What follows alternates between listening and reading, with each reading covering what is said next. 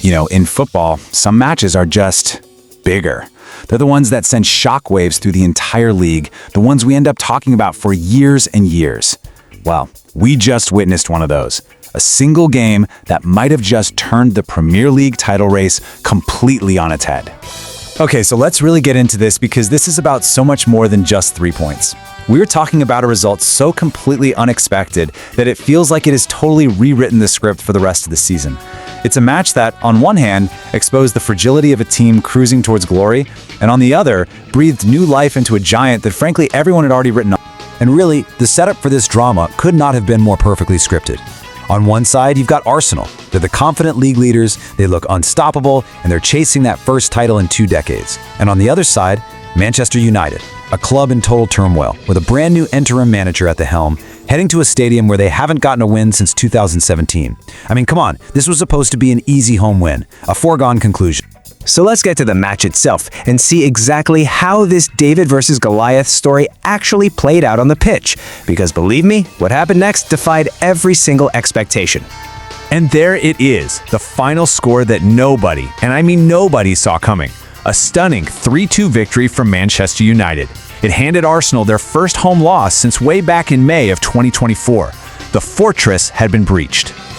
And the game itself? It was just pure, wonderful chaos. This wasn't some tactical chess match. It was a breathless, end-to-end brawl. Arsenal go ahead, United punch right back. United then take a shock lead with an absolute screamer of a goal, and Arsenal managed to scramble an equalizer. Just when you think it's heading for a draw, absolute heartbreak for the home fans in the 87th minute. It was just incredible to watch. So, a dramatic, unbelievable win for United, and a devastating loss for Arsenal. But what does this actually mean for the league as a whole? Well, this result didn't just crack open a door, it completely blew the whole thing wide open. Think about it. Before this match, Arsenal had a pretty comfortable cushion at the top. But just like that, poof, that lead has basically evaporated. They are suddenly just 4 points clear of not one, but 2 very hungry challengers in Manchester City and Aston Villa. The pressure is officially 100% on. And then, after the final whistle, you heard this. A chant that, honestly, would have been laughed out of the stadium just a few weeks ago. But suddenly, after beating Man City and now Arsenal in back-to-back games, you could hear it echoing around the Emirates. It just perfectly captures this wild, almost unbelievable shift in momentum we're seeing. Now let's flip this and look at the fallout for the league leaders, because this defeat wasn't just about dropping 3 points. It really felt like it was about how the immense pressure of trying to win that first title in 20 long years finally started to show. Yeah, it wasn't just that they lost, it was how they lost. You could almost feel the weight of all that history on their shoulders. The Gunners, who've been so composed all season, just looked nervous, inhibited. We saw uncharacteristic mistakes from guys who are normally rock solid. There was this strange, tense atmosphere in the stadium, and a cautiousness to their play that we just haven't seen. They played like a team that was afraid to lose, not a team playing to win. And here's the crucial point.